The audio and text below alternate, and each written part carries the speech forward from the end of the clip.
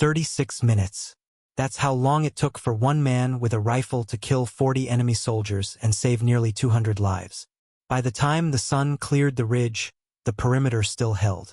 The machine gun nest had changed hands twice. And Private First Class John McKinney was still standing, covered in blood that wasn't entirely his own, with an empty rifle and no memory of the last reload. The jungle never sleeps, but it does hold its breath. On the morning of May 11, 1945, the darkness along Dingalan Bay sat heavy and wet against the skin. Company A, 123rd Infantry Regiment, had dug in along a defensive line that curved through kogon grass and termite mounds the height of a man. 200 yards to the east, the Philippine Sea caught the first hint of pre-dawn gray. To the west, the jungle pressed in like a living wall, 60 feet high in places, the canopy so thick that even noon felt like dusk underneath. John McKinney hadn't slept. Not really. He'd learned in the hills of Georgia that dawn was when deer moved, when turkeys flew down, when everything that had hidden in darkness decided whether to run or fight. The army taught him to dig foxholes and establish fields of fire. His father had taught him something more useful, that the hour before sunrise was when death came quiet.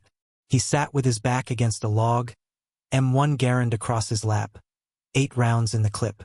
The rifle weighed 9.5 pounds empty, 11 loaded. He knew its balance the way another man might know the weight of his own arm. 30-inch barrel, gas-operated, semi-automatic. The en-bloc clip system meant you could fire all 8 rounds as fast as you could pull the trigger. Then the empty clip ejected with a distinctive ping and you slammed another one home. Fast reload if your hands didn't shake. Fatal delay if they did. Around him, men slept in shifts. Some had been awake for 30 hours straight. The 33rd Infantry Division had been pushing through Luzon for months, island hopping and ridge walking, trading lives for yards. They'd landed at Lingayen Gulf in January and fought their way south through mountains that didn't exist on maps and Japanese positions that should have been abandoned weeks ago. Nobody surrendered anymore. Everyone knew what May meant. The war was ending everywhere except here. McKinney was 23 years old. He'd been hunting since he was 8. Squirrels first, then rabbits, then deer. His father never let him waste ammunition. Every shot had to count because every bullet cost money they didn't have. You learned to breathe right, squeeze slow, and make the first round matter because there might not be time for a second. The Army had refined that into something more efficient. Sight picture, trigger discipline, rate of fire. But the instinct underneath, the ability to see movement before the conscious mind registered it, that came from 10,000 hours in the woods waiting. The breeze shifted at 5:45 a.m. McKinney's head came up. Not because he heard anything, because he stopped hearing the usual sounds. The insects had gone quiet. Somewhere to the left, a night bird cut off mid-call. He thumbed the safety off and didn't move otherwise. 2 foxholes down. A man coughed. Too loud. McKinney wanted to tell him to shut up but didn't want to make more noise doing it. Then the jungle moved. Not wind. Not animals. The kind of movement that had weight behind it, deliberate and low. McKinney brought the rifle up and found the front sight post in the dim light. His finger rested along the trigger guard, not on the trigger itself. Not yet. You didn't fire until you had a target. His father's voice. Don't guess, don't hope, don't spray. No. The first shape came out of the kogon grass at 40 yards. Low crawl. Then another.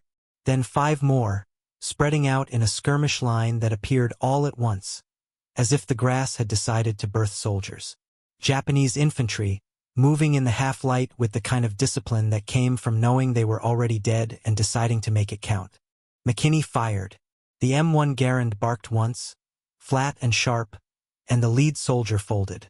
Before the others could react, McKinney had shifted to the second target and fired again. The semi-automatic action cycled smooth, gas piston driving the bolt back, ejecting the spent casing, stripping a new round from the clip, chambering it, returning to battery. All in a fraction of a second. The rifle bucked against his shoulder. Muscle memory, recoil management, sight realignment. Third shot, fourth, fifth, each one deliberate, each one fatal. Then the jungle exploded. Rifle fire erupted from a dozen positions simultaneously. Muzzle flashes lit the darkness like camera bulbs. The Japanese had been crawling for hours, getting into position, waiting for the exact moment when American sentries would be at their weakest. Dawn attack. Classic tactics. Overwhelming force applied to a single point in the line. Punch through, roll up the flanks, massacre the sleeping soldiers before they could organize a defense. Except McKinney had seen them first. He dropped to one knee behind the log as rounds snapped overhead, that distinct crack of supersonic bullets displacing air. The M1's clip pinged out, empty. His right hand was already moving to his belt, fingers finding the next clip by touch, not sight. Thumb on the top round. Insert. Slam the bolt forward with the heel of his palm. Rifle up. Sight picture. Fire. The noise was everything. Not just gunfire but the sound layering on itself, echoing off the trees, compressing into a single sustained roar that made thinking impossible. Men were shouting. Somewhere close, a grenade detonated with a flat crump that shook the ground. Machine gun fire from the left, American, a .30 caliber Browning, longer bursts than a rifleman would risk. That meant the crew was still alive, still fighting. McKinney moved, not away from the fire, toward it. 20 feet to the right, toward the machine gun position. The Japanese knew where it was now, had probably marked it during their approach. If they took that gun out, the whole line would collapse. He ran in a crouch, rifle at high ready, eyes scanning. A shape rose from the grass 10 feet away. McKinney fired from the hip, no time to aim properly, and the soldier went down. He kept moving. The machine gun nest was a shallow pit reinforced with logs, 2 men inside. One feeding ammunition, one on the trigger. They were firing in controlled bursts, 3 to 5 rounds, shifting targets. Good discipline. But the muzzle flash gave away their position with every pull. McKinney slid in beside them, breathing hard, and immediately saw the problem. The belt was nearly empty, maybe 30 rounds left. After that, they'd be down to rifles like everyone else. "Conserve it," McKinney said. His voice sounded strange in his own ears. Too calm. 3-round bursts. Let them close to 50 yards. The gunner nodded without taking his eyes off the sector. He was maybe 19. His hands weren't shaking. That was something. The assistant gunner pointed. "They're flanking left." McKinney looked. The man was right. While the main assault pushed forward, a smaller element was moving through the heavier brush to the north, trying to get around the perimeter. Standard infantry tactics. Fix them in place, then hit from the side. McKinney counted 6, maybe 8 soldiers. Too many for one rifleman to stop, but enough to try. He climbed out of the pit and moved toward the threat. 30 yards out, he found a termite mound taller than his head. The dirt baked hard as concrete. He dropped prone beside it, using it as cover, and laid the rifle across a root. The flanking element was moving faster now, thinking they were unseen. They were close enough that McKinney could see individual faces in the growing light. Young men. Everyone was young. He fired. The first soldier dropped. The others scattered, going to ground instantly. McKinney worked the trigger, tracking movement, leading targets by instinct rather than calculation. The rifle fired as fast as he could pull. 1, 2, 3. The clip pinged out. He reloaded without looking down, eyes still on the grass, watching for return fire. A muzzle flash appeared 20 yards out. He put 2 rounds into it and the flash stopped. Then something whistled overhead and the world came apart. Knee mortar. Japanese Type 89 grenade discharger. It hit 15 feet behind him and detonated with a sound that was less heard than felt. A shockwave that compressed his lungs and turned his vision white for a second. Dirt and shrapnel sprayed across his back. His ears rang with a high, thin whine that wouldn't stop. He rolled left, came up firing, dumped the rest of the clip toward where he thought the mortar team was, then rolled again.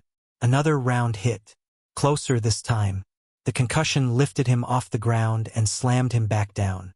His helmet came off. His rifle was still in his hands, but he couldn't hear anything anymore except that whine. Couldn't see anything except shapes and light. Training took over. Get up. Move. Don't stay in one place. He staggered to his feet and ran, half blind, toward the machine gun nest. He fell into the pit more than climbed. The gunner was still firing, but the assistant was down, clutching his leg, blood between his fingers. McKinney grabbed an ammunition belt, fed it into the gun, then picked up his rifle and checked the chamber. 1 round left. He ejected the partial clip, dangerous to count on a clip you couldn't see, and loaded a fresh one. 8 rounds. All of them would matter. The Japanese were inside 50 yards now. Some of them were already at the perimeter wire, cutting through it with tools McKinney couldn't see in the chaos. He leaned out and fired methodical, one target at a time. A man cutting wire. A man covering him. A man running toward a foxhole. Each shot deliberate. Each one necessary. The machine gun went silent. McKinney looked over. The gunner was struggling with the bolt, trying to clear a jam. His hands were bloody. He was cursing in a steady monotone. The words meaningless, but the tone desperate. "How many belts left?" McKinney asked. 2. Maybe 3. Fix it fast. McKinney climbed out of the pit again. He didn't think about it. There was no time to think. The line was breaking to the right. He could hear it collapsing, the rifle fire becoming sporadic, someone screaming for a medic. If the Japanese punched through there, they'd be inside the perimeter among the sleeping men, and it would be over in minutes. He ran toward the sound of screaming. The foxhole was half collapsed, one man trying to climb out, another pulling him back down. 3 Japanese soldiers were almost on top of them, bayonets fixed, moving in for the kill. McKinney shot the first one at 15 feet, the second one at 10. The third turned toward him and McKinney pulled the trigger and nothing happened. Misfire. No time to clear it. The soldier charged. McKinney reversed the rifle and swung it like an axe. The buttstock caught the man across the face and he went down hard.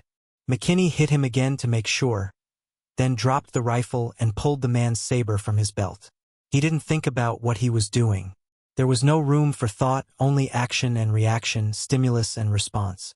Another soldier came at him from the left. McKinney turned and the saber came up and the man ran onto it. The blade went in just below the ribs, angled up. The soldier's eyes went wide. McKinney pulled the blade free and the man fell. Someone tackled him from behind. They went down together, rolling in the dirt. McKinney lost the saber. Hands found his throat. He couldn't breathe. He got his right hand up between them, found the man's face, drove his thumb into an eye socket and pushed until something gave. The hands released. McKinney rolled clear, found a rock the size of his fist, and used it until the movement stopped. He stayed on his hands and knees for a moment, gasping. His hearing was coming back in pieces, rifle fire, shouting, the machine gun firing again in short bursts. He found his M1, checked it, cleared the jam and stood up. His legs were shaking. He ignored them. The sky was lighter now. Real dawn, not just the pre-dawn gray. He could see the battlefield clearly for the first time. Bodies everywhere. Some moving, most not. The Japanese attack had stalled but not broken. They were regrouping in the grass, preparing for another push. McKinney counted maybe 30 still moving. Maybe more. Hard to tell. He moved back toward the machine gun nest, reloading as he walked. His hands were steady again. The shaking had passed. He felt nothing. Not fear, not anger, not fatigue. Just a clarity that was almost peaceful. This was what he'd trained for. This was what all those mornings in the Georgia woods had been preparing him for. See the target. Breathe. Fire. Repeat. The machine gun position was under direct assault. 4 Japanese soldiers were on top of it, inside it, fighting hand-to-hand with the gunner. McKinney shot 2 of them from 30 feet out, then charged the last 20 feet with his rifle at port arms. The 3rd soldier turned and McKinney drove the bayonet into his chest. The 4th one he shot point-blank, the muzzle flash scorching the man's uniform. The gunner was dead, throat cut. The machine gun was on its side, half buried in dirt. McKinney grabbed it, set it upright, checked the belt. Still ammo. He yanked the bolt back, let it slam forward, and pressed the trigger. The gun roared. 3-round bursts, just like he'd told the gunner. Traverse left to right, covering the sector. The Japanese were pulling back now, dragging their wounded, falling back into the jungle. McKinney kept firing until the belt ran dry, then grabbed his rifle and followed them. He moved through the killing ground in a crouch, rifle up, checking bodies. Some were still alive. Some reached for weapons. He shot them. No hesitation. No mercy. This wasn't murder. This was survival. They'd come to kill everyone in this camp, and they'd come close to succeeding. The only thing that had stopped them was immediate, overwhelming violence, and McKinney understood that in a way that didn't require words or moral justification. Simply was. He found the mortar position. 2 men, both dead, one from a rifle round that had taken off the top of his skull. McKinney had no memory of making that shot. The mortar itself was intact. He picked up one of the grenades and studied it for a second, then left it. Too risky. He didn't know how to arm it properly, and blowing himself up would be a stupid way to die after surviving the last 30 minutes. A rifle cracked behind him. The round hit a tree trunk 2 inches from his head. McKinney spun and dropped simultaneously, going prone, searching for the shooter. There, in the grass, 40 yards out, muzzle flash. He fired twice and the grass stopped moving. He pushed himself up and kept moving. His body felt distant, like it belonged to someone else.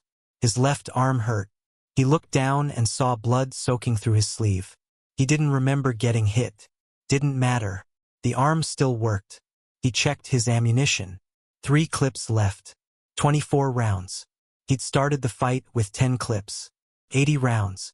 He'd fired 56 times in 33 minutes, and he could account for maybe 30 of those shots, remember the target, remember the sight picture. The rest were gone, erased by adrenaline and violence. Behind him, the American line was stabilizing. Men were getting up, moving forward, establishing a perimeter beyond the original foxholes. An officer was shouting orders. Medics were working on the wounded. The machine gun was firing again from a new position. The battle was over. The Japanese were gone, melted back into the jungle, leaving their dead behind. McKinney walked back toward his original position. The log where he'd been sitting was chewed up by bullet strikes. The bark stripped away, the wood underneath splintered white. If he'd stayed there, he'd be dead. Movement had saved him. That and the ability to reload faster than the enemy could acquire a new target. He sat down with his back against a termite mound and laid the rifle across his lap. His hands were shaking again. Now that the fight was over, his body was remembering that it had been terrified. He let the shakes run their course. No point fighting them. The sun was fully up now, burning off the morning mist, turning the jungle from black to green. Birds were calling again. Insects resuming their background hum. The world pretending that the last 36 minutes hadn't happened. But the bodies said otherwise. They lay in rough lines marking the advance. Some crumpled where they'd been shot, others sprawled where they'd fallen. American soldiers were moving among them now, checking for survivors, collecting weapons, beginning the grim work of counting. McKinney watched without moving. He knew what they'd find. He'd put at least 30 of those men down himself. Maybe more. The exact number didn't matter. What mattered was that they'd come to kill everyone in this camp, and they'd failed. A sergeant approached, older man, maybe 35, face gray with dust and powder smoke. He looked at McKinney for a long moment. "You okay, son?" McKinney nodded. He wasn't sure it was true, but it was the expected answer. "We counted 40 enemy dead. Maybe more in the jungle, we can't tell yet. You know how many you got?" McKinney shook his head. "Didn't count." The sergeant nodded slowly. "Captain wants to see you. Don't move. I'll bring him here." He walked away. McKinney stayed sitting. The adrenaline was wearing off now, leaving behind a bone-deep exhaustion that made standing seem impossible. His arm hurt worse. His ears were still ringing. His throat was raw from breathing smoke and shouting, though he didn't remember shouting. The captain arrived with 2 lieutenants. Young men with clean uniforms. They'd been somewhere else during the fight, probably the command post. They looked at McKinney the way people look at car accidents. Horrified fascination mixed with relief that it wasn't them. "Private First Class McKinney?" "Yes, sir. I'm told you held the left flank by yourself for..." The captain checked his watch. 36 minutes. That accurate. McKinney thought about it. I moved around, sir. Wasn't just one spot. The machine gun position. You retook it. Yes, sir. Killed how many enemy soldiers? Don't know, sir. Didn't count. The captain looked at one of the lieutenants. Sergeant says at least 30. Maybe 40. Possible, sir. You're bleeding. McKinney looked at his arm. Didn't notice. Get to the aid station. That's an order. The captain paused. What you did this morning, it's going to be written up. You understand what I'm saying? McKinney understood. He'd heard stories about medals, about men who did impossible things and got ceremonies later. He didn't care. The medal wasn't real. The dead men were real. The 200 soldiers who'd still be alive tonight because the Japanese hadn't broken through. They were real. Everything else was just paperwork. Yes, sir. Good man. Now go get that arm looked at. The aid station was a tent with 4 cots and 2 medics who hadn't slept in 2 days. They cut off McKinney's sleeve and cleaned the wound. Shrapnel. Not a bullet. Nothing deep. And wrapped it with gauze that smelled like iodine. One of them gave him a morphine syringe, but McKinney refused it. He'd seen what happened to men who started liking morphine. The medic shrugged and moved to the next wounded man. McKinney walked back to his foxhole and found someone else sleeping in it. He didn't wake him. Instead, he found a clear spot under a tree and sat down with his rifle across his lap. He field-stripped it methodically, bolt, operating rod, trigger assembly, and cleaned every part with a rag that was already filthy. Then he reassembled it, loaded it, and set it beside him. He didn't sleep. He sat and watched the jungle and waited for the next attack that he knew, rationally, wasn't coming. The Japanese were broken, scattered, running. But his body didn't believe it yet. His body was still in the fight, still scanning for targets, still counting ammunition. Around him, the camp returned to something resembling normal.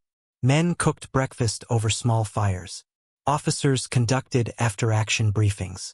Burial details dug holes for the American dead. There were 7.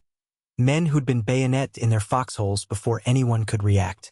The Japanese bodies were dragged to a pit away from the camp. 43 counted in total. 43 men who'd woken up this morning expecting to kill Americans and who'd never wake up again. McKinney thought about his father, who'd taught him to hunt, who'd made him account for every round fired, every animal taken. His father had served in the First War, France, 1918, and he'd come home with a limp and a refusal to talk about what he'd seen. McKinney understood now why. There were no words for this. No way to explain to someone who hadn't been here what it felt like to kill a man at 10 feet, to feel the rifle buck against your shoulder and watch the target fall and know that somewhere, someone's son or brother was never coming home. You couldn't explain the clarity of it, the absence of thought, the way time slowed down and sped up simultaneously. He'd killed more men this morning than his father probably had in the entire war. He was 23 years old and he'd spent 36 minutes doing nothing but ending lives as efficiently as possible. He'd done it to save his friends, to hold the line, to prevent a massacre. But the why didn't change the what. 40 men were dead because he'd been faster, more accurate, more willing to move toward danger instead of away from it. He wondered if that made him brave or just different. He suspected it made him neither. It just made him a rifleman who'd been in the right place at exactly the wrong time and who'd had the training and instinct to do what needed doing. A week later, the war ended. Not officially, not yet, but effectively.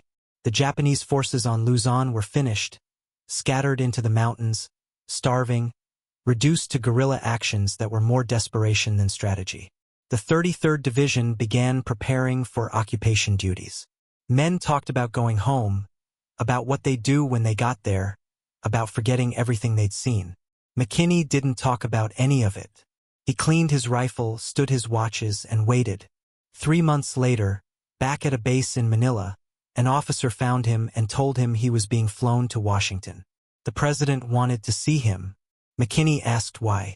The officer looked at him like he was stupid. The Medal of Honor, son. For Dingalan Bay. McKinney didn't remember much about Washington except that it was hot and everyone wore uniforms that were cleaner than any uniform had a right to be. President Truman was shorter than expected and spoke with a Missouri accent that reminded McKinney of home. The medal was heavy, suspended from a blue ribbon with white stars. Truman put it around McKinney's neck and shook his hand and said something about valor and service. Photographers took pictures. Officers saluted. McKinney stood at attention and thought about the machine gun nest and the termite mound and the man whose eye he'd pushed his thumb into. Then it was over and he flew home. Georgia looked exactly the same. The hills hadn't moved. The trees were still there. The house where he'd grown up still sat at the end of a dirt road that turned to mud when it rained. His father met him at the door and looked at the metal and nodded once, and that was the only acknowledgement of it that McKinney ever needed. He got work at a sawmill, then a factory. Then he bought a small piece of land and raised cattle. He married a woman who didn't ask questions about the war. He had children who knew their father had fought but never pressed for details. He went to church on Sundays and kept his rifle clean and never hunted again. People in town knew who he was. Word got around about the medal, about what he'd done, about the newspaper articles that called him a hero. But McKinney never brought it up, and most people had the sense not to ask. The ones who did got polite, short answers that didn't invite follow-up questions. He lived quietly for 52 years. He attended veterans' events when asked but didn't seek them out.